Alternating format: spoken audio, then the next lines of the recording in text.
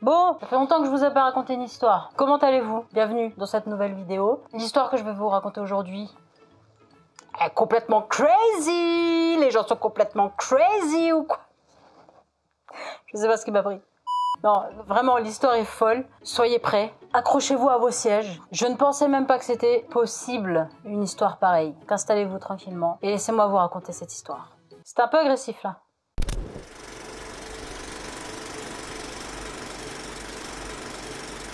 Le 8 décembre 1976, la série américaine L'homme qui valait 3 milliards se rend au parc d'attractions The Pike à Long Beach en Californie pour tourner un des épisodes. Pendant la préparation et la mise en place du décor, l'un des techniciens de l'équipe du film tente de déplacer un mannequin pendu à une potence, mais lorsqu'il essaye de le décrocher, l'un des bras se casse et tombe au sol. Le technicien découvre avec horreur qu'à l'intérieur du bras se trouve un véritable os humain. Ce qu'il pensait être un mannequin est en réalité le corps momifié d'un homme.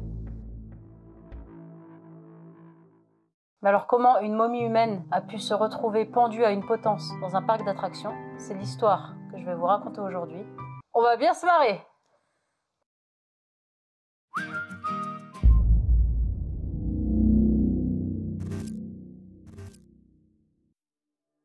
Elmer McCurdy est né le 1er janvier 1880 dans le Maine, dans le comté de Washington. Sa mère, Sadie McCurdy, 17 ans, est seule pour l'élever, ce qui est très mal vu à cette époque. Elle prend donc la décision de faire élever son fils par son frère et sa femme. Elmer va donc grandir avec son oncle et sa tante en pensant que c'est sa mère et son père, et sa véritable mère devient sa tante Sadie. Quand il a 10 ans, son oncle, supposé être son père, meurt, et c'est à ce moment-là qu'il apprend que sa tante Sadie est sa véritable mère. Ça, Elmer, il va avoir beaucoup de mal à l'encaisser, d'ailleurs, il va pas l'encaisser du tout. Et au tout début de son adolescence, il va se mettre à boire énormément d'alcool et se rebeller contre toute sa famille. Il n'y a que son grand-père à qui il accepte encore de parler et grâce à qui il va pouvoir obtenir un job de plombier. Il travaillera jusqu'à ses 18 ans en 1898 et perdra son boulot cette année-là à cause d'un effondrement économique. Pendant 2 ans, il va enchaîner les petits boulots jusqu'en 1900 où son grand-père et sa mère meurent, ce qui va encore plus aggraver ses problèmes d'alcool. Jusqu'en 1907, Elmer va enchaîner plusieurs petits boulots, n'arrivera jamais à garder un emploi stable, il va dépenser toutes ses économies dans l'alcool et se fera arrêter plusieurs fois par la police. À cause de toutes ces arrestations, il perdra les boulots qu'il arrive à trouver. Donc en 1907, à l'âge de 27 ans, Elmer il se dit là ça suffit. Là maintenant tu vas reprendre les choses en main, tu vas t'engager dans l'armée et faire ton devoir de citoyen maintenant.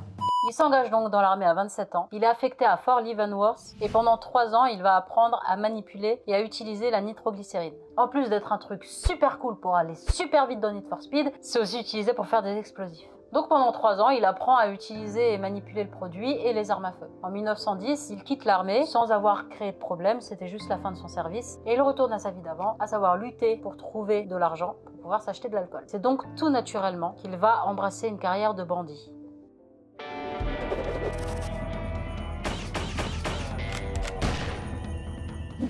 Elmer va contacter un de ses anciens camarades de l'armée et ensemble, ils vont monter un plan très bien organisé pour cambrioler la banque Citizen au Kansas. Ils vont être arrêtés avant même d'avoir commencé. Ils vont être pris en possession de beaucoup d'outils comme des burins, des scies à métaux ou de la poudre à canon. Ils vont échapper à la condamnation en expliquant qu'ils étaient simplement en train de fabriquer une mitrailleuse à pied. Donc ça, en Amérique, des gars qui fabriquent des armes de guerre, ça dérange personne. Pourquoi je fais l'étonner alors que c'est évident?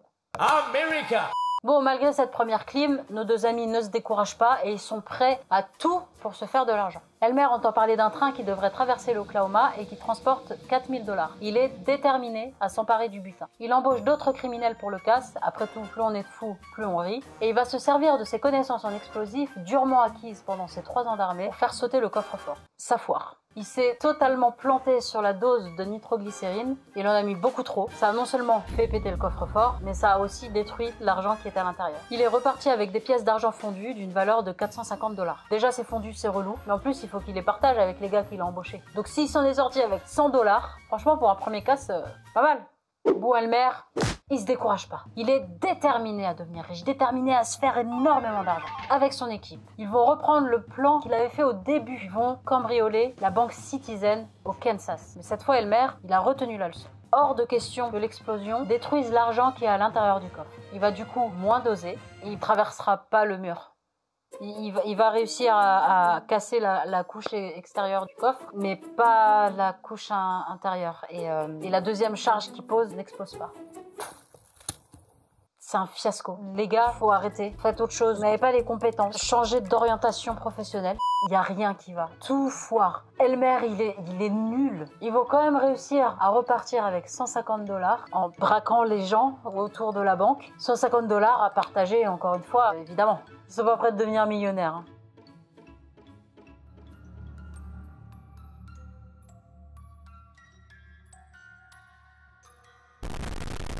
Après ces 3 échecs, pensez-vous qu'Elmer se dit « Bon, je vais peut-être trouver une autre orientation, peut-être faire quelque chose de plus honnête ». Le gars, il se dit c'est peut-être mon équipe qui est nulle. Peut-être je vais prendre des autres gars. Ça marchera peut-être mieux. Je sais pas si c'est ce qu'il se dit, mais en tout cas, il change régulièrement d'équipe. Cette fois-ci, il est sûr de son coup. Il planifie tout. Avec l'équipe, ils vont voler le train Katie qui transporte 400 000 $. Il prépare ses explosifs en se servant, bien sûr, de ses expériences passées. Il prend exactement la bonne charge pour pouvoir faire un trou dans le coffre, mais ne pas détruire l'argent. Il prépare tout. Il calcule l'itinéraire du train, l'heure de départ, l'heure d'arrivée, le trajet qu'il va faire pour être sûr que rien ne foire. On y est, c'est le jour J. L'équipe attaque le train, il l'arrête, il monte à bord. Elmer se met en quête du coffre-fort. Les gars, il est où le coffre-fort? Non, parce que en fait, je suis allée voir là, fait un peu le tour, et il y a des gens. Il y a que des gens, ils sont assis, genre c'est comme des voyageurs au final. Ils se sont trompés de train. Ils sont montés dans un train de voyageurs. Il y a rien qui va. Rien. Ils vont jamais y arriver. On est quand même venu pour se faire un peu de pognon, donc on va braquer les gens, vous leur prenez tout ce qu'ils ont. Et puis on va prendre les 2-3 bouteilles de whisky là-bas là. Ça va nous remonter le moral un peu. C'est bon les gars? Non mais c'est pas grave, hein. Les 400 000, on fera ça une prochaine fois, ok? Je vous attends dehors. Ils ont braqué les gens et ils ont pris effectivement 2 bouteilles de whisky. Et ils s'en sont sortis avec tout de même la coquette somme de 46 $. Si vous voulez cambrioler des maisons ou faire des cases dans des trains, préparez-vous, faites les choses bien. C'est un message de prévention. Hein. Bon, suite à cette énième casse ratée, Elmer fuit vers la frontière de l'Oklahoma et il se réfugie dans une grange. Malheureusement pour lui, la police l'a retrouvé. Elmer, au lieu de se rendre, un peu aidé par l'alcool, beaucoup aidé par l'alcool, il va se mettre tout simplement à tirer sur les flics. Il se prend une balle dans la poitrine. Elmer McCurdy meurt le 7 octobre 1911 à l'âge de 31 ans. Ses derniers mots, pendant qu'il tirait sur les policiers, ont été « Vous ne m'aurez pas vivant ». Vous ne m'aurez pas vivant!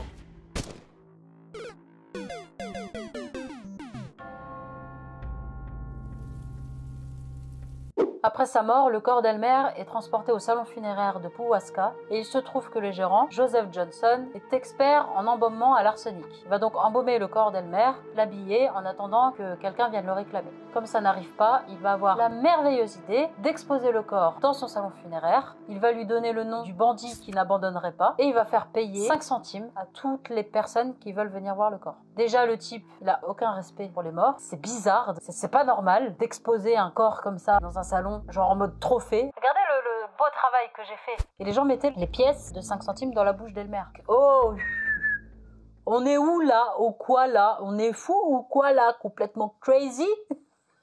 Bon, apparemment, cette pratique n'a pas l'air de trop choquer les gens, puisque rapidement, il va être remboursé des frais que Elmer lui a coûté en produit d'embaumement. Puis, il va pouvoir se faire quelques économies aussi pour lui. Hein. Le corps va rester au salon funéraire jusqu'en 1916, et 2 hommes vont se présenter au salon funéraire comme étant les demi-frères d'Elmer, et demander à ce que le corps leur soit restitué, pour pouvoir lui offrir un enterrement digne. Johnson, il va pas trop se poser de questions. Elmer lui a déjà été suffisamment rentable, donc il va simplement rendre le corps à la famille. En réalité, cette soi-disant famille ne l'est pas du tout, puisqu'il s'agit en fait de James et Charles Patterson, les gérants d'un carnaval itinérant. Le corps d'Elmer va donc être exposé au carnaval sous le nom de le hors-la-loi qui ne serait jamais capturé vivant jusqu'en 1922, année où les Patterson ont vendu leur entreprise à Louis Sonnet. Sonnet a un spectacle qui s'appelle Le Musée du Crime, dans lequel il présente des répliques en cire de célèbres bandits tels que Bill Dooley ou encore Jesse James.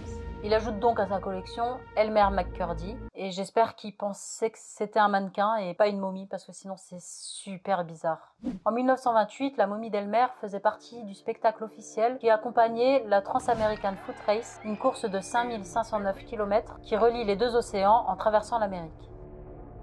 En 1933, le réalisateur Dwayne Esper sort le film Narcotique et pour en faire la promo, il emprunte la momie d'Elmer et il la place dans les halls du théâtre en le présentant comme le démon de la drogue mort. Il va raconter une histoire autour du corps en expliquant qu'il s'est suicidé alors qu'il était encerclé par la police après avoir cambriolé une pharmacie. Pour alimenter son propos, il expliquera que l'état du corps d'Elmer, dont la peau était devenue dure et très abîmée, était une preuve de la consommation excessive de drogue du supposé démon de la drogue. En 1949, Louis Sonnet, qui possède la momie depuis maintenant 27 ans, meurt et le cadavre est stocké dans un entrepôt à Los Angeles. Le cadavre d'Elmer, hein, pas le cadavre de Louis Sonnet. Pendant 15 ans, le corps d'Elmer va rester dans cet entrepôt. Et en 1964, Dean Sonnet, le fils de Louis, l'actuel propriétaire, prête la momie à David Friedman, un réalisateur qui va s'en servir de décor pour son film She Freaks, sorti en 1967. J'ai regardé 2 fois le film en accéléré, j'ai pas vu de cadavre, j'ai pas vu de momie. Peut-être que ça a été retiré du film. Si ça vous dit, à vous de regarder. Je vous mets le lien en description. Si vous trouvez la scène,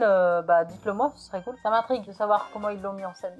En 1968, Dan Sonnet a vendu la momie et d'autres mannequins de cire à Spoony Singh, le propriétaire du Hollywood Wax Museum, pour 10 000 $.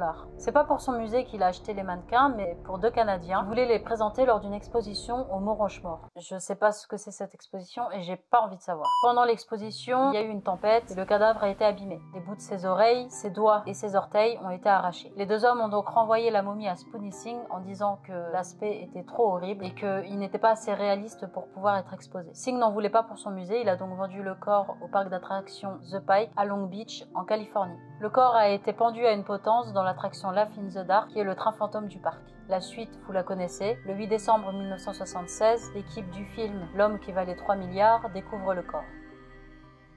Le lendemain, le docteur Joseph Choi a autopsié le corps et a déterminé que la mort était due à une blessure par balle à la poitrine. Le corps pesait environ 22 kg, mesurait 1,60 m et était recouvert de cire et de peinture. Ce qui veut dire que potentiellement, les gens pensaient que c'était réellement un mannequin de cire, qui s'était abîmé avec le temps, et du coup, ils ont voulu rafistoler un petit peu les morceaux avec de la cire. Ou alors, ils savaient que c'était un cadavre, et pour pas qu'il s'abîme plus, ils l'ont recouvert de cire. Dans tous les cas, c'est très bizarre. En voulant examiner la mâchoire pour l'analyse dentaire, le médecin légiste a découvert dans la bouche d'Elmer un penny de 1924, ainsi que 2 talons de billets pour le Pike Show et le musée du crime de Louis Sonnet. Il a aussi fait une superposition du crâne et d'une photo d'Elmer de l'époque où il était encore en vie, pour être sûr qu'il s'agissait bien de lui. Avant d'enterrer Elmer, les autorités ont voulu attendre de voir si quelqu'un réclamait le corps. Évidemment, ça n'est pas arrivé. Ce n'est que le 22 avril 1977, soit 66 ans après sa mort, que Elmer McCurdy est enterré au cimetière Summit View à Guthrie, en Oklahoma. 300 personnes ont assisté à l'enterrement et McCurdy repose désormais aux côtés d'un autre hors-la-loi,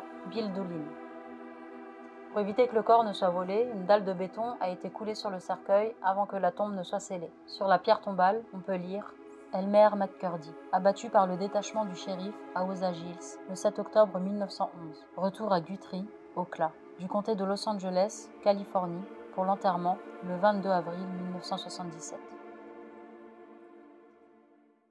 Je vous avais dit qu'on allait se marrer. En vrai, j'ai adoré découvrir cette histoire et j'ai adoré vous la raconter. Et voilà, laissez un petit commentaire si ça vous plaît, ça fait toujours plaisir. Ça soutient à fond la chaîne. Vous pouvez aussi vous abonner. Moi, je vais retourner. Oui, parce que j'ai des béquilles. Je vais aller manger maintenant. Prenez soin de vous et ciao!